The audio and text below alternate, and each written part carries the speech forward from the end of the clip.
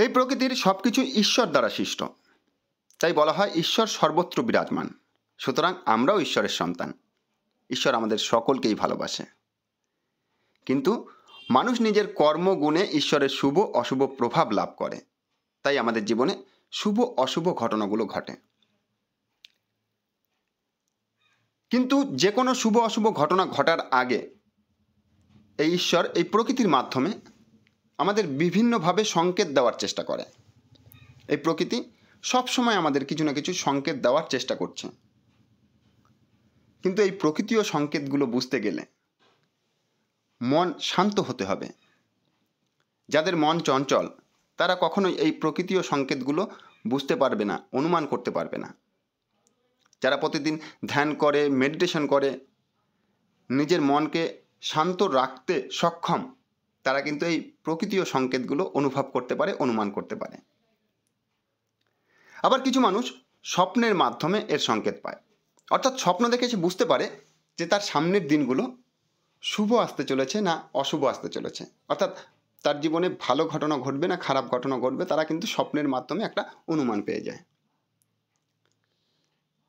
ঠিক তেমনি মানুষের জন্মকুণ্ডলী ও হাতের রেখায়ও কিন্তু এই সংকেতগুলো দেখা যায়। আজ আমি আপনাদের সঙ্গে আলোচনা করব হাতের রেখা দেখে কিভাবে বুঝবেন যে আপনার উপরে ঈশ্বরের আশীর্বাদ আছে কিনা। নমস্কার, আমি অ্যাস্ট্রোলজার প্রদ্যুৎ আচার্য। আপনারা দেখছেন মাই অ্যাস্ট্রোলজি।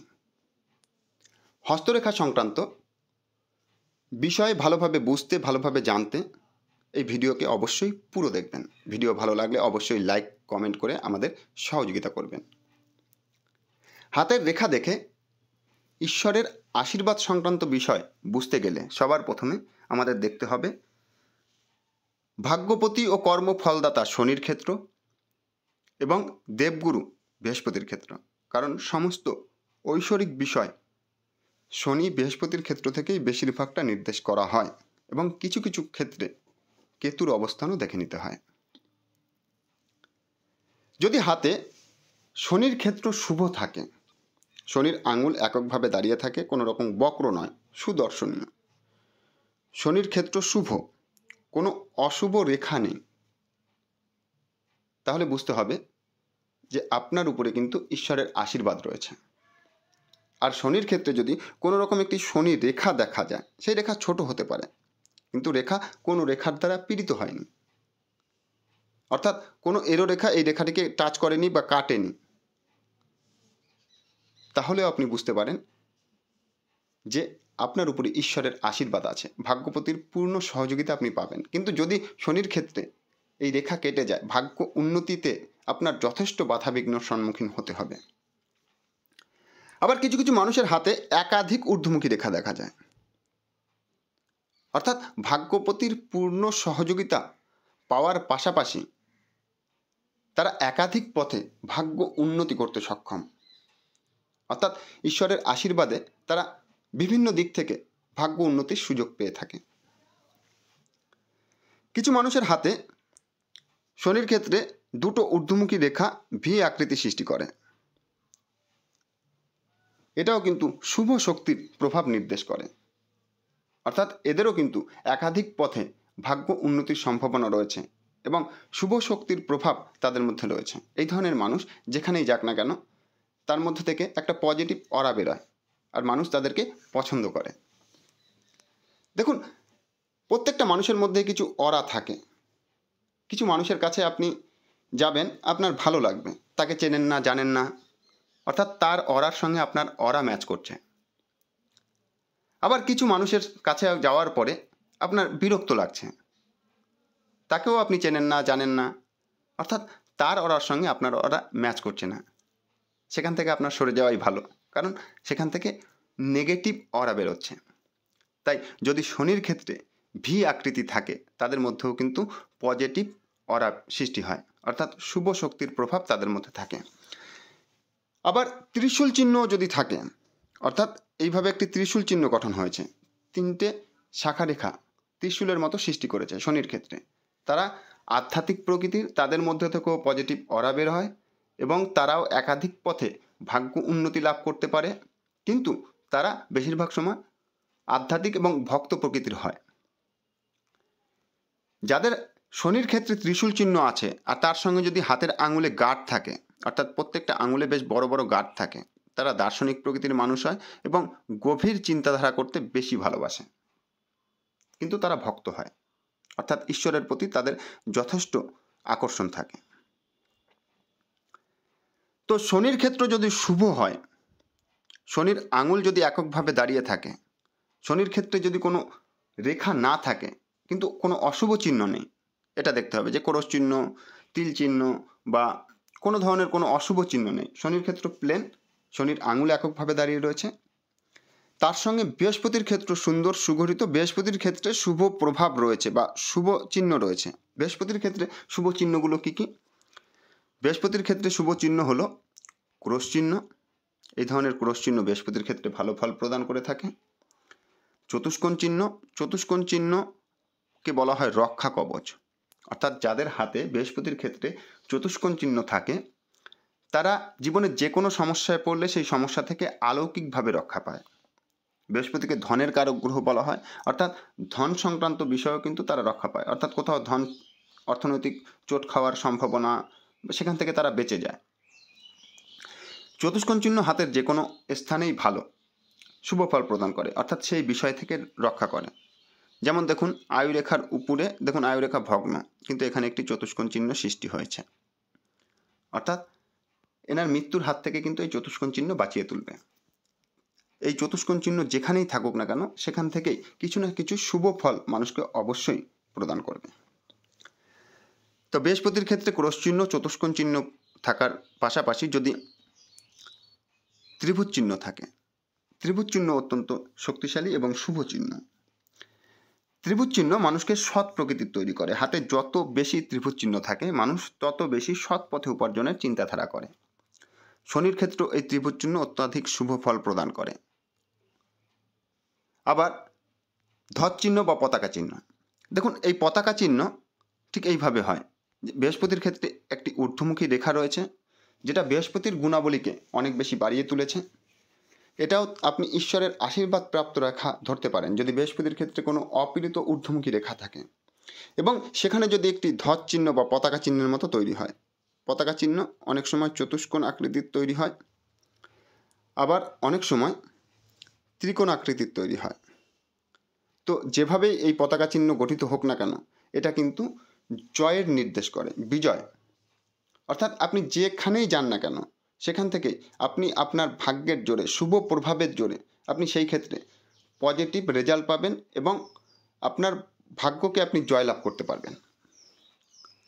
শনির ক্ষেত্রেও যদি এই চতুষ্কোণ চিহ্নর দ্বারা বা ত্রিভুজ চিহ্নের দ্বারা একটি পতাকার চিহ্নর আকৃতি সৃষ্টি হয়, সেটাও কিন্তু ঈশ্বরের আশীর্বাদ সংক্রান্ত বিষয় নির্দেশ করে। দেখুন শনি বৃহস্পতির ক্ষেত্রে সবার তো শুভ চিহ্ন থাকে না, তাহলে কি তাদের ঈশ্বরের আশীর্বাদ পাওয়া যায় না? তারা কি ঈশ্বরের আশীর্বাদ পায় না? অবশ্যই। দেখুন আরেকটা রেখা হলো যাকে বলা হয় মঙ্গল রেখা বা মার্শাল লাইন, এই হলো আয়ুরেখা। আয়ুরেখার সমান্তরাল একটা রেখা এভাবে দেখা যায়, এটাকে বলা হয় মার্শাল রেখা, এটাকে প্রভাব রেখা বলা হয়, কারণ এই রেখা মানুষের প্রভাব বিস্তার করে। এই রেখা মঙ্গল রেখা বলা হয় কারণ মঙ্গলের নিম্নক্ষেত্র থেকে এই রেখা উঠেছে। এই রেখা যাদের হাতে থাকে তারা যথেষ্ট সাহসী প্রকৃতির হয়, একেও আশীর্বাদ রেখা বলা হয়। অর্থাৎ এই রেখা যাদের হাতে থাকে এবং তার সঙ্গে যদি শনি এবং বৃহস্পতি অপীড়িত থাকে, অর্থাৎ সেখানে শুভ চিহ্ন দরকার নেই কিন্তু কোনো অশুভ চিহ্ন নেই, শনি বৃহস্পতির ক্ষেত্রে কোনো অশুভ চিহ্ন নেই কিন্তু হাতে একটি মার্শাল রেখা সুন্দর সুগঠিতভাবে রয়েছে, তাহলে সে তার নিজের প্রভাব বিস্তার করতে সক্ষম হয়। তারা সাহসিকতার দ্বারা জীবনে যথেষ্ট কৃতিত্ব অর্জন করতে পারে এবং তাদের মধ্যে কিন্তু জীবনী শক্তিও অনেক বেশি বেড়ে যায়, কারণ আয়ুরেখা থেকে মানুষের জীবনী শক্তির বিচার বিশ্লেষণ করা হয়। আয়ুরেখার প্যারালাল রেখা যে মার্শাল রেখা, এই রেখা আয়ুরেখার শক্তিকে আরও বেশি বৃদ্ধি করে। এই রেখার সঙ্গেও যদি কোনো রকম ত্রিভুজ এবং চতুর্ভুজ চিহ্ন সৃষ্টি হয়, ঠিক এইভাবে এটাও কিন্তু অত্যন্ত শুভ চিহ্ন। অর্থাৎ এ কিন্তু ঈশ্বরের আশীর্বাদ লাভ করতে সক্ষম, অর্থাৎ নিজের সাহসিকতার দ্বারা যে কোনো জায়গায় এরা জয়লাভ করতে পারবে, যে কোনো ক্ষেত্রে। দেখুন, যাদের মঙ্গলের ক্ষেত্র ভালো থাকে আর হাতে মার্শাল রেখা থাকে, তারা ডিফেন্সের লাইনে, যুদ্ধ বিগ্রহ, এই ধরনের মানে সাহসিকতার যে কোনো কাজে মঙ্গলের ক্ষেত্রকে অবশ্যই ভালো থাকতে হবে। সেটা যদি বিল্ডিংয়ের উঁচুতে কাজ করা থেকে শুরু করে কোনো যুদ্ধক্ষেত্রে বা যুদ্ধ ময়দানে যাওয়ার জন্য মঙ্গল যদি সাপোর্ট না করে, তাহলে তাদের মধ্যে কিন্তু সেই সাহসিকতা কখনোই সৃষ্টি হবে না। তো এই মার্শাল রেখাও আশীর্বাদ রেখা হিসেবেই চিহ্নিত হয় বা নির্দেশ করা হয়। এরপরে দেখব আমরা কেতুর ক্ষেত্র। তাহলে যেটা আমি বললাম সেটা আগে মনে রাখবেন, সেটা হলো শনির ক্ষেত্র অপীড়িত, সেখানে শুভ রেখা থাকুক বা না থাকুক তাতে কোনো সমস্যা নেই, কিন্তু শনির ক্ষেত্র পীড়িত হয়নি। বৃহস্পতির ক্ষেত্রে কোনো রকম কোনো শুভ চিহ্ন রয়েছে, তা ত্রিকোণ চিহ্ন হোক, চতুষ্কোণ চিহ্ন হোক, ক্রস চিহ্ন হোক, যে কোনো চিহ্ন রয়েছে। আর তার সঙ্গে কেতুর ক্ষেত্রে দেখুন, আয়ুরেখার নিচের দিকে কেতুর ক্ষেত্রে যদি মৎস্য চিহ্ন ঠিক এইভাবে বা মৎস্যপুচ্ছ চিহ্ন, মৎস্যপুচ্ছ চিহ্ন অনেক সময় এইভাবে গঠন হয়, অর্থাৎ মাছের লেজের মতো, এটাও কিন্তু ঈশ্বরের আশীর্বাদের সংকেত নির্দেশ করে। যাদের হাতে এই ধরনের চিহ্ন রয়েছে তারা জীবনে পরিশ্রমের মাধ্যমে যথেষ্ট উন্নতি লাভ করতে পারে এবং ভাগ্যপতি সম্পূর্ণ সহযোগিতা তাদের করে। যাদের হাতে মৎস্যপুচ্ছ চিহ্ন বা মৎস্য চিহ্ন রয়েছে এবং তার সঙ্গে একাধিক ঊর্ধ্বমুখী রেখা রয়েছে, বেশিরভাগ ঊর্ধ্বমুখী রেখা অপীড়িত, অর্থাৎ কোনো এরো রেখার দ্বারা পীড়িত হয়নি, তার সঙ্গে মৎস্য চিহ্ন বা মৎস্যপুচ্ছ চিহ্ন রয়েছে, অর্থাৎ আপনাদের উপরেও কিন্তু ঈশ্বরের সম্পূর্ণ আশীর্বাদ রয়েছে। আপনারা যে কোনো ক্ষেত্রেই নিজের মান যশ প্রতিষ্ঠাকে লাভ করতে পারবেন, আর তার উপরে নির্দেশ করে যে ক্ষেত্র শক্তিশালী সেই ক্ষেত্র অনুযায়ী আপনি জীবনে ফল পাবেন। যেমন মৎস্যপুচ্ছ বা মৎস্য চিহ্ন থাকার পাশাপাশি মৎস্যপুচ্ছ এইভাবে সৃষ্টি হলো, তার সঙ্গে রবির ক্ষেত্র খুব সুন্দর সুগঠিত, রবির রেখা অপীড়িত, অর্থাৎ রবির ক্ষেত্রে কোনো রকম রেখাকে কোনো এরো রেখার দ্বারা কাটেনি, তাহলে এটা নির্দেশ করে যে আপনি মান যশ প্রতিষ্ঠা প্রতিপত্তি ব্যাপকভাবে লাভ করতে পারেন। বিজ্ঞান ক্ষেত্রেও আপনি যথেষ্ট কৃতিত্ব লাভ করতে পারেন এবং বিভিন্ন দিক থেকেও আপনি সম্মানিত হতে পারেন। আচ্ছা, দেখা যাচ্ছে রবির ক্ষেত্র কাটাকুটি রয়েছে, বেশ কিছু সমস্যা রবির ক্ষেত্রে রয়েছে, কিন্তু একাধিক ঊর্ধ্বমুখী রেখা রয়েছে। সেক্ষেত্রে বৃহস্পতির ক্ষেত্রে ঊর্ধ্বমুখী রেখা রয়েছে এবং শুভ চিহ্ন রয়েছে, এটা ধন ক্ষেত্রে, অর্থনৈতিক ক্ষেত্রে যথেষ্ট ভালো ফল প্রদান করে। রবির ক্ষেত্রে রবি রেখা রয়েছে কিন্তু রবি রেখা কেটে গেছে, অর্থাৎ কোনো এরো রেখার দ্বারা কাটাকাটি সৃষ্টি হয়েছে এইভাবে। কিন্তু বৃহস্পতির ক্ষেত্র শক্তিশালী, শুভ, এবং বৃহস্পতির ক্ষেত্রে ঊর্ধ্বমুখী রেখা রয়েছে, শুভ চিহ্ন রয়েছে, এটা কিন্তু আপনার রাজনৈতিক ক্ষেত্রে অর্থাৎ আপনার প্রভাবকে যথেষ্ট বিস্তার করে, লিডারশিপের কোয়ালিটিকে অনেক বেশি বৃদ্ধি করে, মানে যে কোনো ঊর্ধ্বতম কর্তৃপক্ষের জায়গায় আপনি নিজেকে প্রতিষ্ঠিত করতে পারবেন। আচ্ছা, যদি শনির ক্ষেত্র ভালো থাকে, দেখা যাচ্ছে শনির ক্ষেত্র ভালো রয়েছে, শনির রেখা কোনো রকমভাবে কোনোভাবে পীড়িত হয়নি, তাহলে আপনার ভাগ্য যথেষ্ট ভালো। আর তার সঙ্গে দেখে নিতে হবে যদি মঙ্গলের সমভূমিতে, দেখুন এই হলো মঙ্গলের নিম্নক্ষেত্র আর এই হলো মঙ্গলের উচ্চক্ষেত্র, আর এই মাঝামাঝি অবস্থানে যে ক্ষেত্রটি দেখা যায় তাকে বলা হয় মঙ্গলের সমভূমি। এই ক্ষেত্রে যত বেশি এরো রেখা থাকে, আড়াআড়ি রেখা থাকে, আর এই রেখাগুলো বেশিরভাগ রাহুর ক্ষেত্র থেকে বের হয়, তাদের পারিবারিক অশান্তি তত বেশি ভোগ করতে হয়। আর যদি এই ক্ষেত্র শুভ থাকে, অর্থাৎ দেখুন রাহু রেখা প্রত্যেকটা মানুষের হাতেই দু একটা থাকে, আর রাহু রেখা এমন একটি রেখা, এই রেখা যদি একটা দুটো থাকে রাহুকে বলা হয় ধ্রুত, অর্থাৎ রাহু কিন্তু খুব চালাক চতুর বুদ্ধিমান গ্রহ। একটা দুটো রাহু রেখা মানুষের বুদ্ধিকে বাড়িয়ে তোলে, আর খুব বেশি রাহু রেখা মানুষের বুদ্ধিকে ভ্রষ্ট করে। অর্থাৎ দেখুন আমাদের মধ্যে যে বুদ্ধি সৃষ্টি হয়েছে, আমরা যে যে অবস্থায় রয়েছি সেগুলো কিন্তু শুধুমাত্র আমাদের বুদ্ধি দ্বারা আমরা যে কাজ করেছি তার মাধ্যমেই আমাদের জীবনে এই সমস্যাগুলো গঠন করেছে। অর্থাৎ একাধিক রাহু রেখা আপনাকে এত বেশি বুদ্ধিমান করে তুলবে যে আপনি বারবার সমস্যা ভোগ করবেন, তাতে আপনার পারিবারিক শান্তির হানি হবে। এই রাহু রেখা যদি মস্তিষ্ক রেখাকে কাটে তাহলে মস্তিষ্কের কার্যকরী ক্ষমতা ব্যাহত হয়, অর্থাৎ কনফিউশন অনেক বেশি বাড়ে, কী করব না করব বুঝে ওঠা যায় না, এবং যা করতে যাবেন তাতেই একটা ধাক্কা বা লস হওয়ার সম্ভাবনা রয়েছে। যদি এই রেখা হৃদয় রেখা পর্যন্ত যায় তাহলে কোনো আপন মানুষের দ্বারা প্রতারিত হওয়ার সম্ভাবনা, প্রেম প্রীতি ভালোবাসার দিক থেকে খুব ভালো ফল কখনোই আপনি পাবেন না।